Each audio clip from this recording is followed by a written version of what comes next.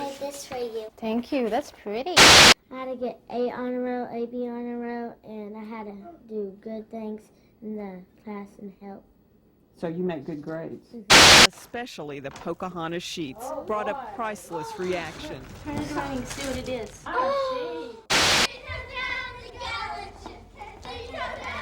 But there were no worries at Amber's 9th birthday party.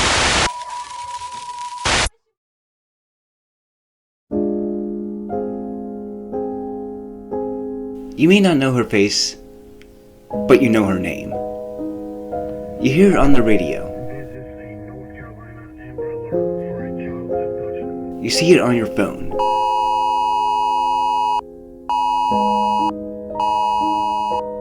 You see it here on your TV. The McDonald County Sheriff's Office has issued an Amber Alert for a child abduction. Whenever a child has gone missing and is fear of being abducted, kidnapped, it's the word no parent wants to hear. When a child goes missing, every second counts. If a child has been missing for more than 48 hours, the worst often comes to fear. It's every parent's worst nightmare. This is a tragic story of a girl who changed the world, who has saved the lives of hundreds of children and changed the way we handle kidnappings forever. This is the true story of Amber Hageman, the girl who inspired the Amber Alert. The following message is transmitted at the request of the Texas Department of Public Safety. This is a child abduction alert issued by the Texas Amber Alert Network. Listen carefully. We need your help. But before I begin, be sure to hit that subscribe button and make sure that notifications are on as well.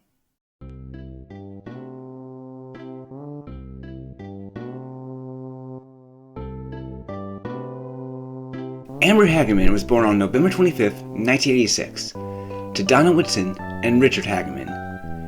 Donna saw Amber as a miracle child, as a medical condition Donna got as a child meant she might never be able to have her own babies. This hurt her as she wanted to be a mother, but when Donna was 19, she gave birth to Amber. Many might have raised their eyebrows as Richard was in his 30s at the time, but Donna loved Amber. 5 years later, Donna gave birth to Ricky. Donna raised her kids in Arlington, a city that sits between Fort Worth and Dallas. Her parents, Jimmy and Glenda, also live there. Donna tried to make her children live as best as she could. For a while, the family lived on welfare. At one point, Donna caught the eye of a documentary crew that filmed the lives of her family as she went from welfare to getting a job. The crew caught many glances of the family as they went about their days. Her 9th birthday was captured as she played with her friends, blew the candles, and opened presents. All of this was filmed just a few months before the tragedy struck. Donna didn't want Amber to be like her. She wanted Amber to be successful. She encouraged Amber to read, study, and do well in school. She attended Berry Elementary along with Ricky. Amber won many awards at her school, showing she was indeed a smart little girl. She was also a bit of a mother herself. She helped around the house and helped take care of Ricky. Like her mom, she wanted to be a mommy when she grew up. She was also a Girl Scout, working her way up to be a junior Girl Scout. Like many little girls, she liked playing with Barbies. One of her new favorite movies was Disney's Pocahontas, to which she even got bedsheets for. The family often visited the grandparents' house. While there, one of Amber and Ricky's favorite hobbies was riding their bikes. Because they lived in an apartment, the bikes stayed in the grandparents' house. There was much more room there and much more place to go and ride around in. Amber may not have been rich, or maybe not the most popular girl in school, but she was happy, and that was all that mattered. It seemed that she was going to be exactly what her mom wanted her to be, but sadly, fate had other plans.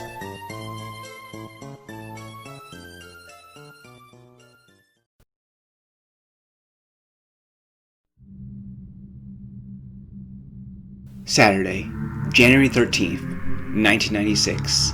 Amber and her family were enjoying the weekend. Saturdays were usually spent at the grandparents' house, and this was no different. They spent the day shopping, going to the park, and eating at a Burger King before heading out there. Amber and her family arrived there around 3 o'clock. One of the first things the children wanted to do was ride their bikes. Amber had just gotten that bike for Christmas.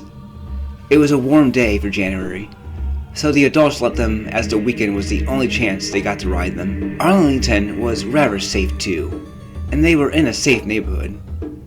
Still, Donna told them not to be out too long, at least around the block.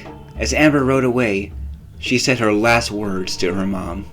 "Okay, Mommy, I will. I love you, Mommy."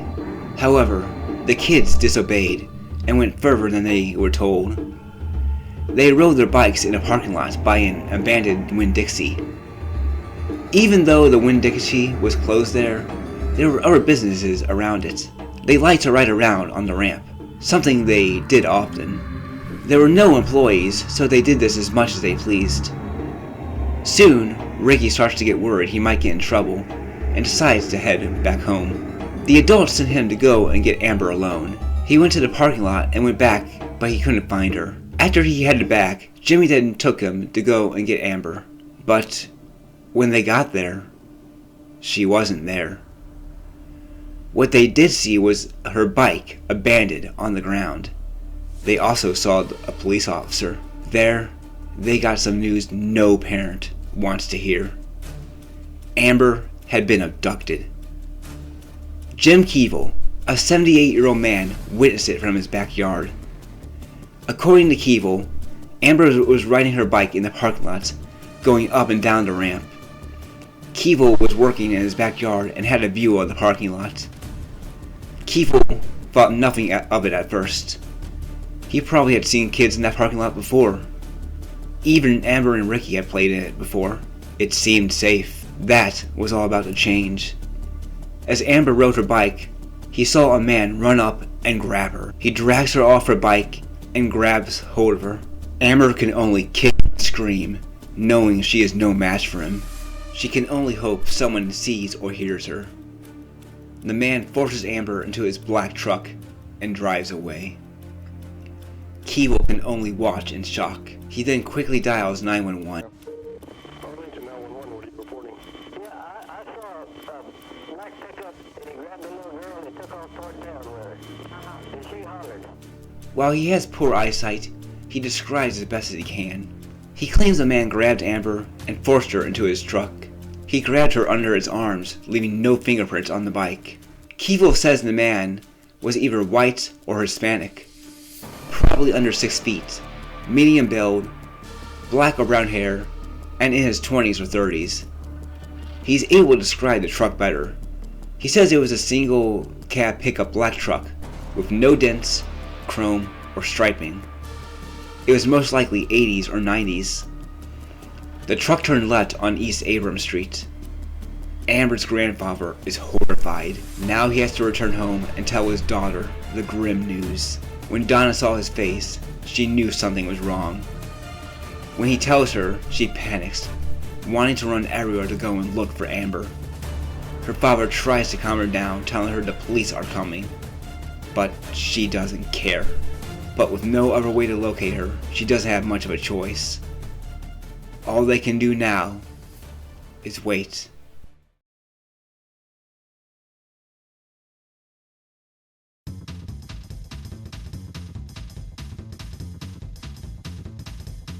The police arrive sometime later. They get a description of what Amber looks like, what she was wearing, and her abductor. Donna and the family make flyers to hang around town, hoping someone might have seen her. But as hours pass, Donna starts to lose hope. It's no better for the police.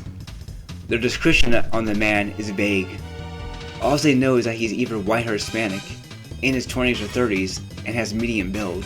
Not even the better description of the truck helps. Maybe if this were a small town, they would find it.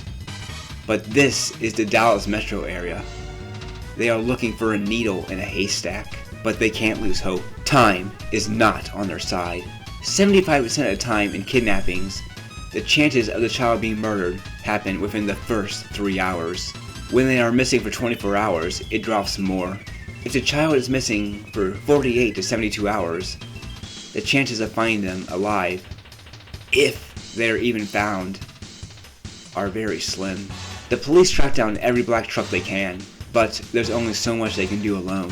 The family and friends do what they can too. Donna can only watch the news. Some of the police prevent her and Ricky from leaving in case the abductor is after them too. The police try to lessen the search by only going after registered sex offenders in the city, but they are finding nothing. 1 day turns to 2. 2 days turn to 3. The police know the chances of finding Amber are slim, but they don't give up. Some of the documentary footage is shown on TV. Her family hopes the footage will help more than just a still picture. Soon it was the 4th day, January 17th, 1996. A man named Stuart Kosher was taking his dog for a late night walk around 11:30 p.m.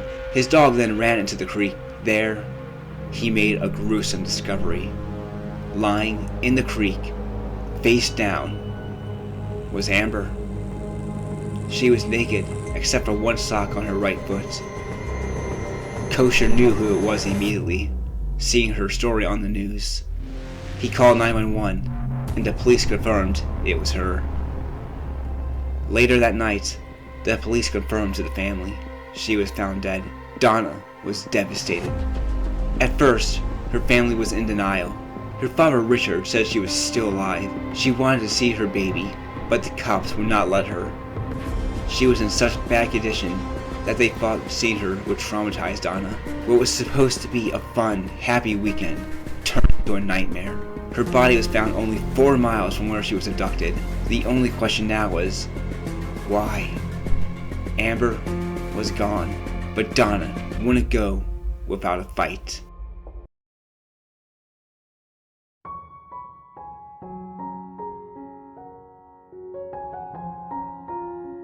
Amber's funeral was held on Saturday, January 20th, 1996. 1 week after her abduction, thousands gathered to honor and grieve the little girl. America the Beautiful was played, which was her favorite song. Her favorite line, "For Amber, waves of grain." Friends, family, police officers, Berry Elementary teachers and students, and total strangers attended. She was laid to rest at Moore Memorial Gardens Cemetery in Arlington. Donna would spend the next few weeks at her parents' before she and Ricky returned home. Life wasn't the same. Donna was depressed, and Ricky became aggressive. He didn't understand completely why Amber was gone. Donna had to tell him she was in heaven now. But Donna knows she can't stay inside all day. She attends some of the Girl Scout meetings where Amber is updated to a junior Girl Scout. At Berry Elementary, the students sing a song, and a new playground is placed in her honor. After returning home without Amber, she tries to adjust to life without her. However, Donna wants change. Donna eventually advocates for stronger laws against offenders to Washington and several states, but she still wonders why the public didn't find out sooner. A Texas mother feels the same. Diana Simone called her local radio station, KMX. She asked them if there can be alerts for bad weather and civil defense. Why not for child abductions? They liked it, and the Amber Alert was born. In 1998, 8-week-old Ray Lee Bradbury became the first rescued by the Amber Alert after being abducted by her babysitter in Arlington. While it took almost a decade, every state would eventually have it. It has gone on to save the lives of thousands of children and put abductors in jail. It does have flaws, of course. It can be overused, confusing if not enough information is out, and even useless if not used in the first 3 hours.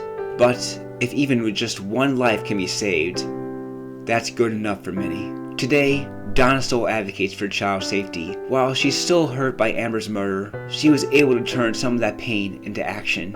Ricky now has a family of his own and still lives in Texas. Jimmy Whitson passed away in 2009 and Glinda in 2017. Sadly, Richard would pass away in 2007. joining his daughter. He never got to find out who his daughter's killer was. An Amber Hageman memorial was made at the abduction site in 2021, the 25th anniversary. It has a statue, painting, and flowers. Various documentaries have been made, including a 2006 made-for-TV movie called Amber Story, and a 2022 documentary which interviews family and investigators called Amber, the Girl Behind the Alert. I'm sure the future will hold even more. Donna should be proud of her daughter for making a difference, even if it did come at the cost of her own child's life. Amber would be 39 today.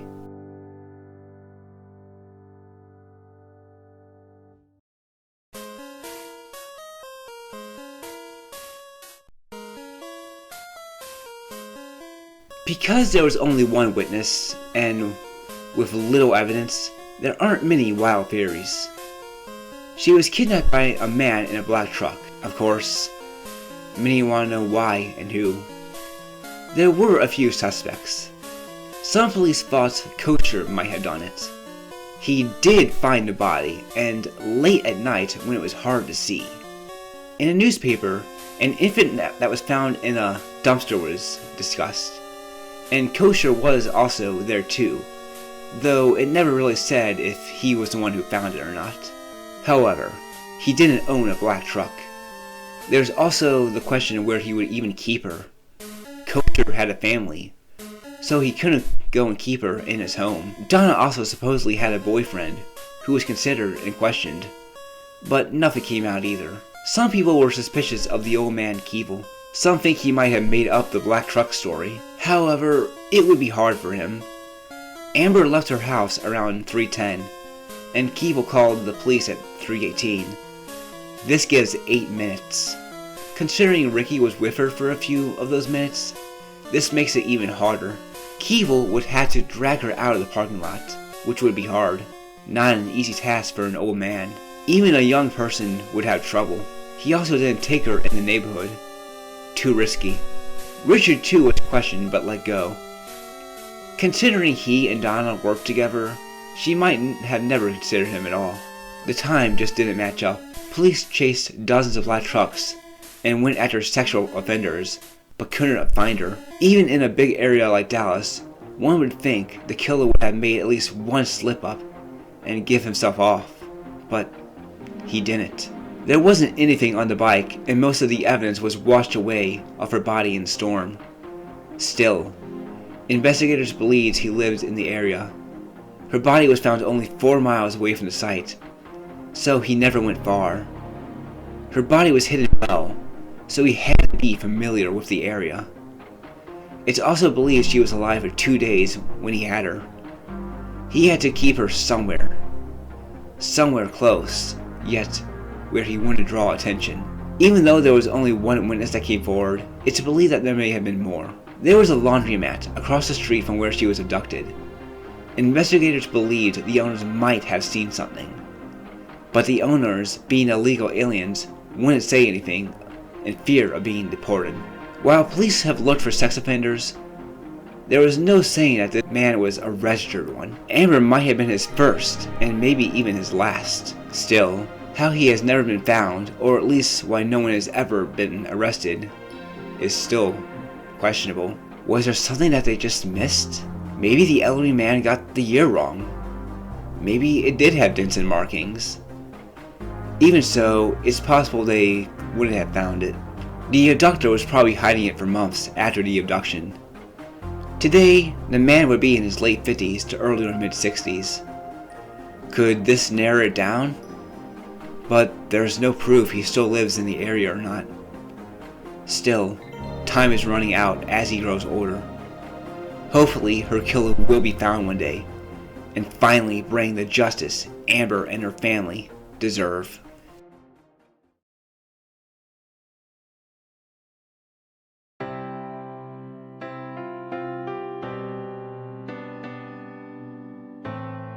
It's been almost 30 years since Amber's murder, and still it has not been solved. Some DNA has been collected from her body. Investigators hope with some better technology, this will help find her killer. Police and detectives have either retired or died, and new ones have taken their place. Amber's friends have grown up and now have their own families. Some buildings have been demolished and replaced by newer ones. But one thing hasn't changed. Arlington will always remember Amber, and there will always be people there to fight justice for her. In 2003, President George W. Bush signed the PROTECT Act into law. It establishes a framework in the event that a child is abducted. Amber Alerts started on radio and TV. Today, they can be sent on phones so anyone can see them. Whether they are at home, the road, or at work, or somewhere else, they can see the alert. They can keep an eye out, just to go and make sure whomever they are looking for isn't there or not. While the Amber Alert isn't perfect, it still has been more effective than the missing children mail campaigns. Those often took days to come out, and by then, it might have been too late. There is possibly nothing more scary for a parent than when their child goes missing. Everyone wants to keep them safe, and the Amber Alert helps with that. There are so many missing children in this country, many of which have been missing for months or even years. The chances of finding them is unlikely, but not impossible. Maybe one day another way will be found to make the Amber Alert even more effective, so that missing kids can become a rarity. Then, kids can be safe from sea to shining sea.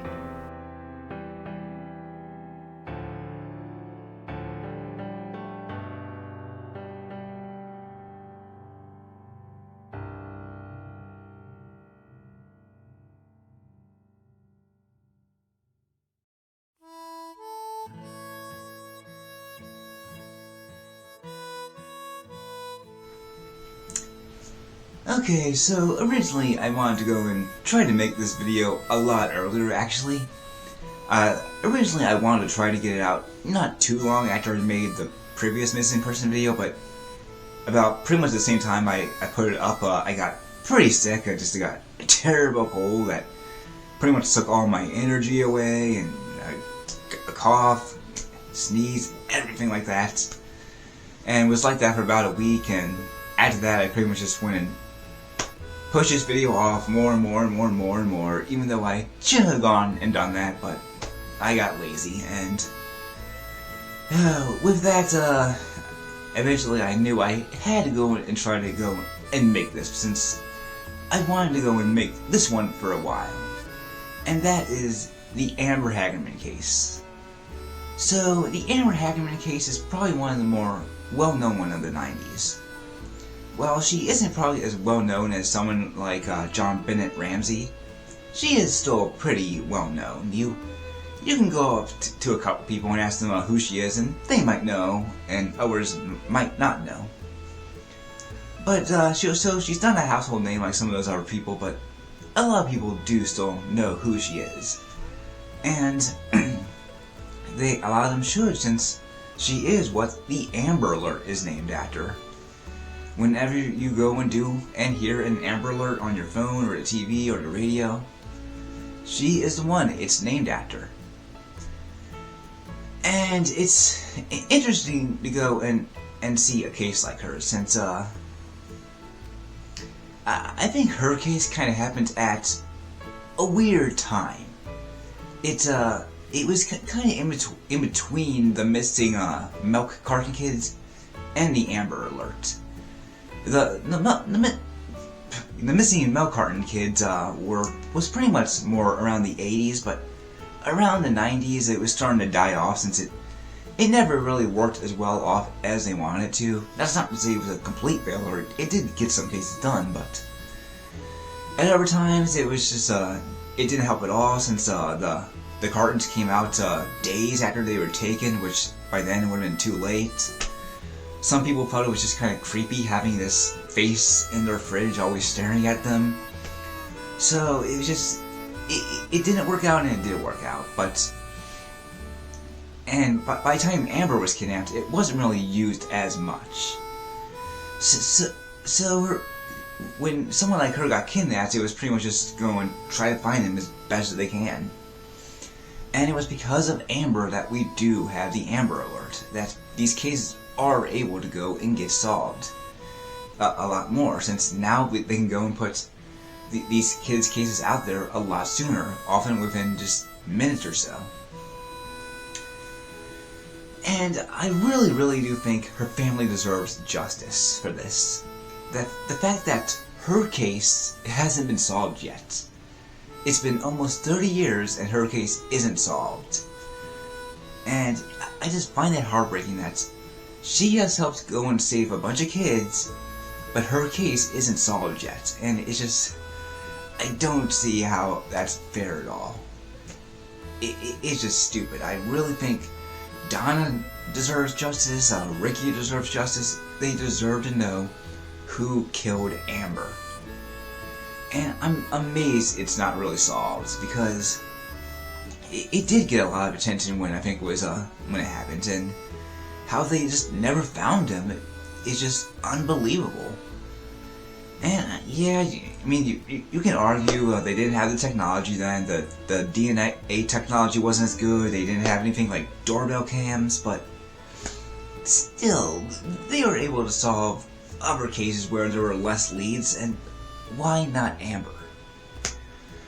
So, her case was pretty much just your typical case. She was out riding her bike, having a good day, when all of a sudden some guy just went and grabbed her and took her into his truck. And the police, they tried to find her for the last few days. Amber and her family, they went and put out a bunch of flyers, but sadly they couldn't find her. And just a few days later, they found her body in a creek. So they had the funeral and all that, and eventually Amber's family went and decided to go and fight, and eventually the Amber Alert was created. So I think this case got a lot more attention because of pretty much of the documentary that was made. Amber and her family were in this documentary, and I think they went and released some of that footage when they were talking about it on the news. And usually when a person goes missing, the only thing they put up is a still image or two. That's it.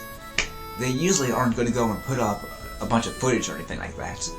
Usually just an image is enough, just to go and what this person looks like. But I think with Amber, what made it kind of different was because they saw the footage, it kind of made it a little bit more lively, I guess maybe would be the word. They just didn't see a still image. They saw a little girl just going around her day, just playing on her bike, playing with her friends. And I think the footage is what helped with that. A still image is a still image, but when you actually see someone just going and playing around, you see them for who they are. You see them as this person. And I think that's what really kind of helped this case a little bit more. So, when it came to the Amber Alert, Donna always felt that if the Amber Alert existed before, there's a chance Amber could have been saved. It's not guaranteed, but there's always a chance, because if they got it out there earlier, they could have maybe found out. And in real life, it took several hours for the news to get it out there, but if they found it out just within minutes and were able to get it out there quickly, they may have gone and someone might have seen the truck out there, reported it, and they could have caught this guy and maybe get home Amber alive. So, usually, when it comes to cases like this, the first 3 hours are often the most important. If you don't find a kid within the first 3 hours, I believe it drops down to around 70% or so that they will be found alive.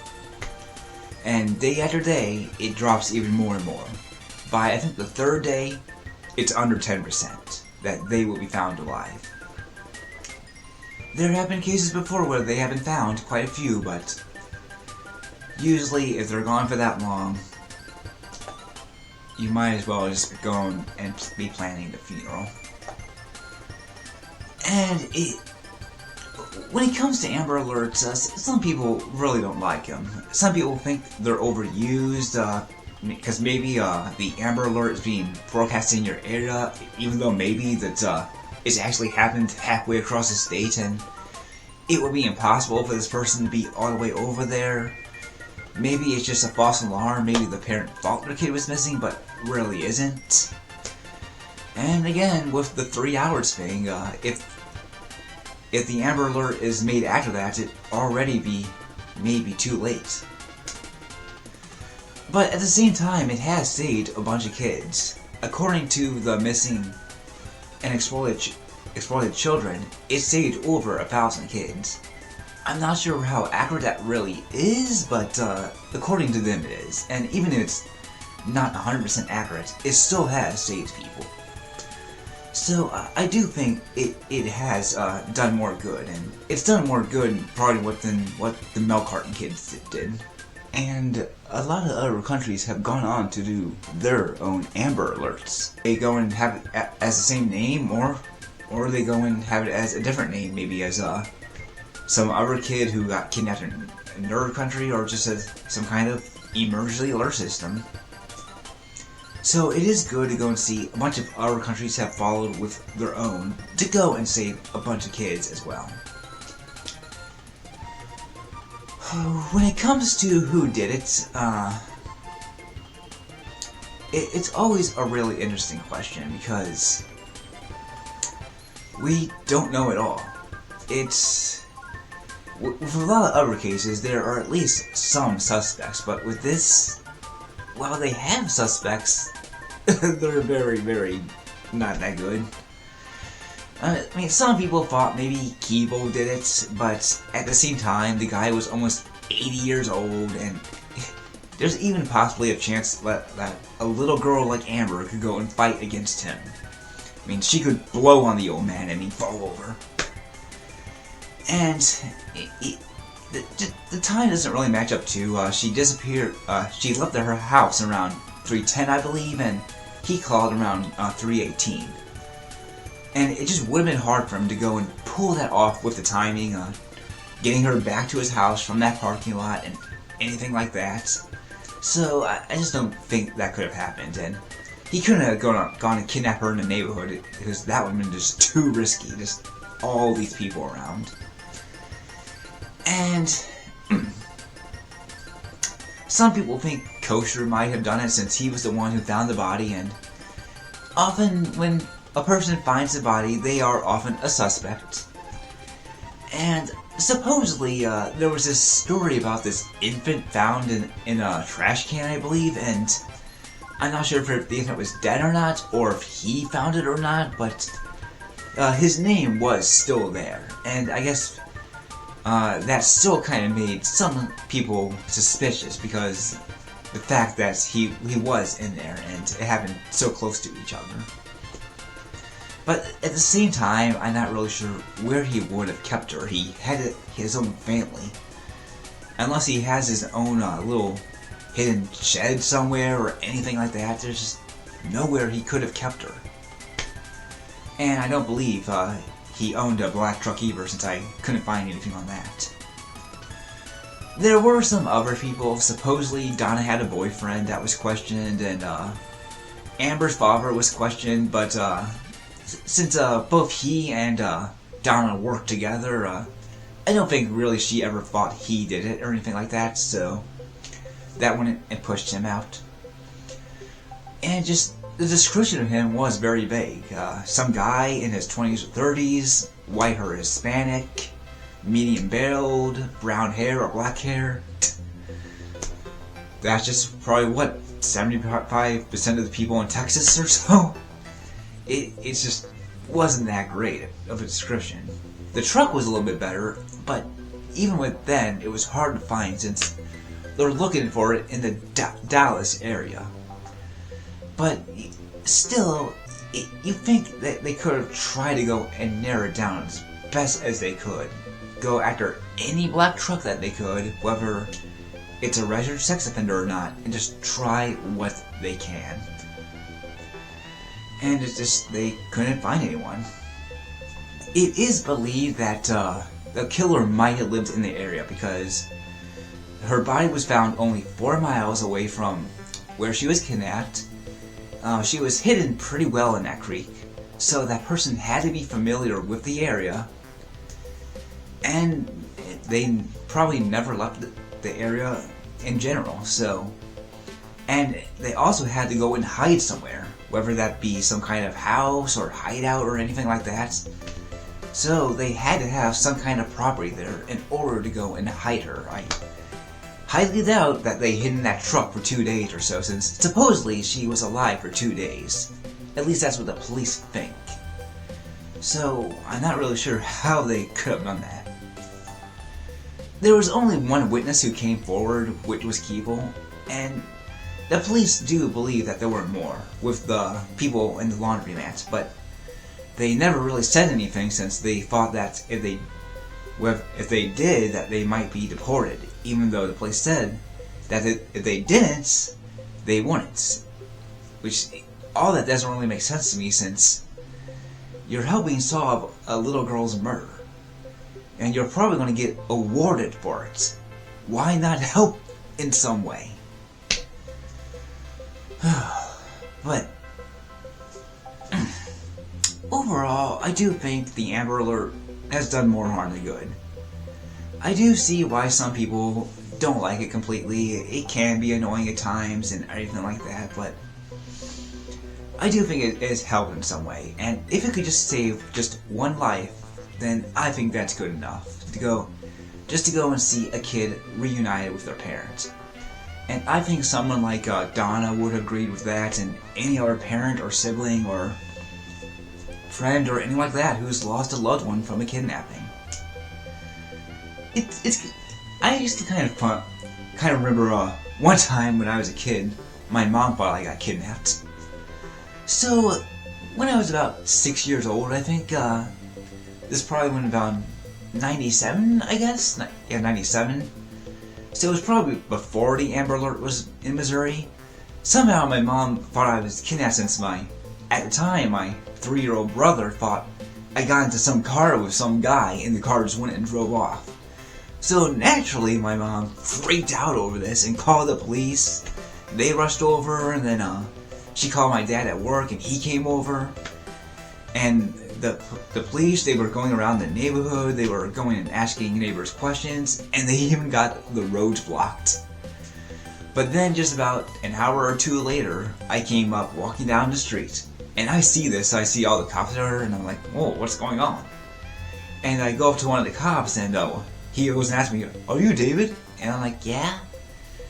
And then I guess he goes over and talks to my parents and say, hey, we found him. And then I think I remember my mom just coming up and hugging me and crying her eyes out, since she thought she was never going to see me again. I can't remember if I got in trouble or not. I probably did get in a lot of trouble for that, so word of advice, if you're ever going somewhere, always tell your parents, or else you're going to go and get some roads blocked. It was really embarrassing for them. So, I do hope that her case is solved before Donna dies and the rest of her family. Already Richard is gone, and he never got to find out what happened to his daughter. And neither did her grandparents as well. And Berry Elementary is also gone. The school that Amber went to. I believe they tore it down sometime in the early 2020s or maybe late 2010s, but it's gone. The old one that she went to is gone. And I'm not really sure if they got rid of the playground or not. I hope not, since, I don't know, I think that would be kind of disrespectful. Even though I know it's been years and it was probably old, they still could have replaced some of the parts or at least put it in a park or something, but the school that Amber went to technically no longer exists. But there are also a bunch of good documentaries to watch. There's of course Amber's Story, which is actually a pretty decent TV movie about her abduction and murder and the creation of the Amber Alert. It's from 2006, I believe, and for what it is, it's pretty good. I wasn't expecting to really like that much, but I liked it. I thought the woman who played Donna did her part pretty well. there's also the documentary Amber, the Girl Behind the Alert. Now, I haven't really actually watched it, but from what I have heard, it is pretty good. It has interviews with family and investigators and a bunch of other people like that who were involved in the case, and just how the Amber Alert came to be and how her family hopes one day it will be solved, but at the same time how they're happy that it's helped a bunch of other people. So the police do say that they do think there's a chance it could be solved one day. The DNA evidence, it's a lot better than it used to be, and it's possible that one day soon that they might be able to go and put all this together and finally solve it with the better DNA. Amber wanted to be a mom, and in a way, she did. She's going in helping a bunch of other kids return to their families and be safe. So even though she didn't get to be a mom physically, she still is, in a way, a mom. And if that's what she truly wanted, then she got what she always wanted to be. And I hope she's up there in heaven knowing that she's doing a lot of good in this world. So with that said, I hope you learned something from this video, and hope you might even learn something from it. Maybe you never knew the creation of the Amber Alert, and now you do. If you did like this video, like it, subscribe, comment, and I hope to see you next time. Take care.